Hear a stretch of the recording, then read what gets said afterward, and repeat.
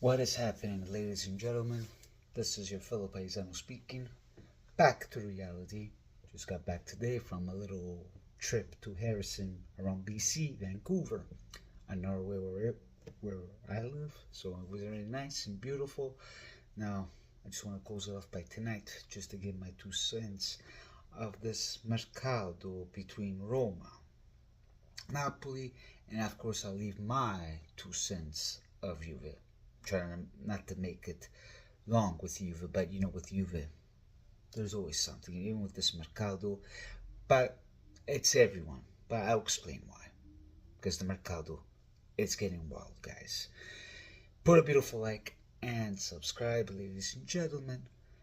Now, this morning I wake up, it seemed like it was confirmed that Dybala was going to Saudi, which he was leaving whatsoever. The fans were saying the bye-byes there. But hours go by. He said no, that he's not going, and now he's staying at Roma because he likes to stay at Roma. There's other reports were saying that Dubai did not want to do a kind of like a loan kind of thing whatsoever. Something similar like what happened with Szczęsny. But if the guy wants to stay at Roma, hey, good for him. Nobody wants to go to Dubai. Yes, it's good money, but then you're gonna ruin his career. Let's hope to see a better Dybala, because we know with his injuries whatsoever. So some people were telling me that he doesn't want to stay at Roma. We'll have to wait and see if that's the case. But for now, he's at Roma. If things don't change, and then we'll see what the future brings. Because I want to see him and Sule together at Roma. So you don't even know what you think. Now, Napoli, they're getting close to Lukaku, which the Chelsea's trying to finalize with Osimhen. But as I said, Osimhen doesn't want to go for less money, so they're trying to find somehow so that Lukaku can go to Napoli, and then Osimhen will go to Chelsea. So we'll see how that's going to turn out. Nothing official yet, but that's what Mr. Fabrizio Romano said, and a few of my paisans thinking that this deal is going to close, because if this guy doesn't show up, or some other players that Conte wants, Conte's going to be leaving him. I'm curious to see what's going to happen in the next game, because the last game wasn't pretty. So we'll see with that. But then there's a close deal apparently this week, the medical from Billy Gilmore. Okay, so from Brighton, the Billy Gilmore, if I'm not mistaken, because you know me with names, I forget. That's why I'm trying to talk fast so I can remember.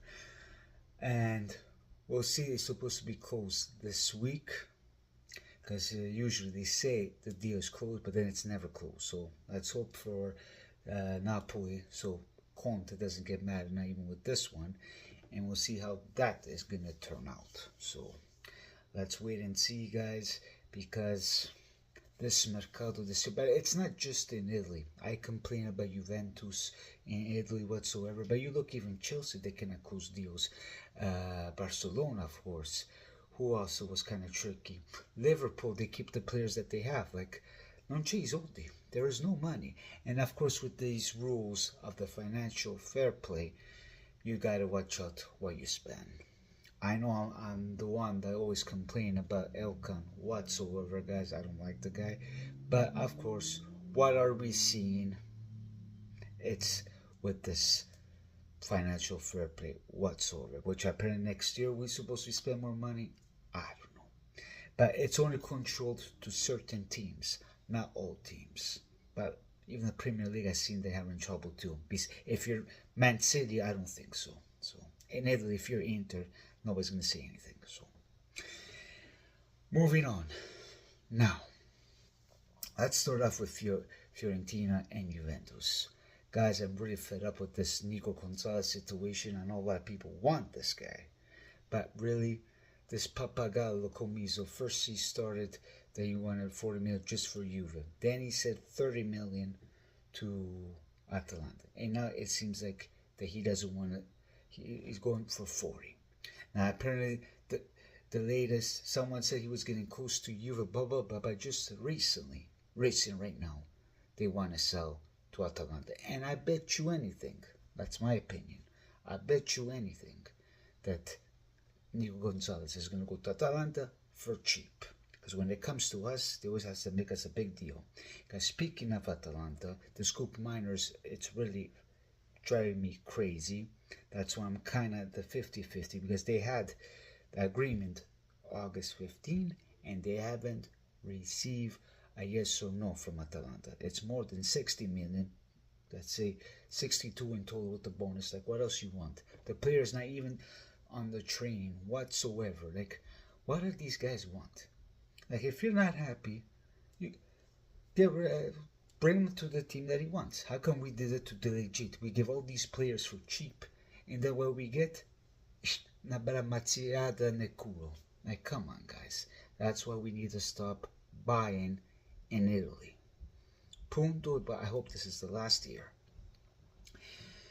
Now, apparently they're getting close talk. It all depends by this player, Sancho. And they're trying to close it off. They want to try to get this guy. I think around 30 million. Okay? I know a lot of people don't like him whatsoever. But if it makes a difference for me, I cannot judge the guy because I don't watch Premier League. So I will follow what my friends tell me. It's a bad choice. If it's a bad choice, then I get mad. If it's a good choice, I'll be happy. What do you want me to tell you?